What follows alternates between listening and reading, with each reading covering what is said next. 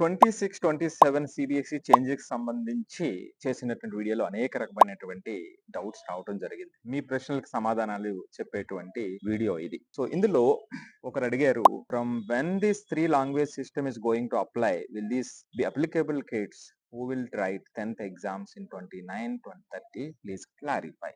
Language system అనేటువంటిది ఇప్పుడు నుండి 6th క్లాస్ నుంచి వాళ్ళు అప్లై చేస్తున్నారు.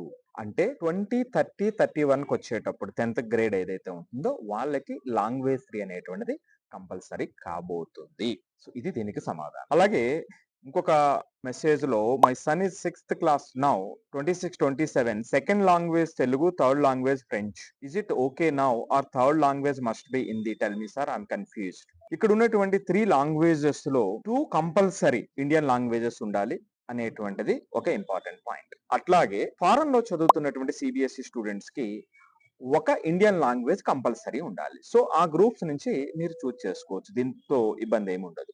సో, మరొక దాంట్లో there will be no changes for grade 10 next year appearing students. Are they not going to add the subjects to the students?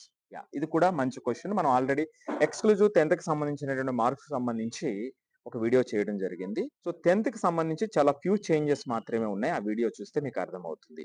ఇక్కడ 9th కి సంబంధించి ఎక్కువ చేంజెస్ వస్తూ ఉన్నాయి. ఆ 2 వీడియోస్ లో మీకు చాలా వివరంగా అర్థమవుతుంది.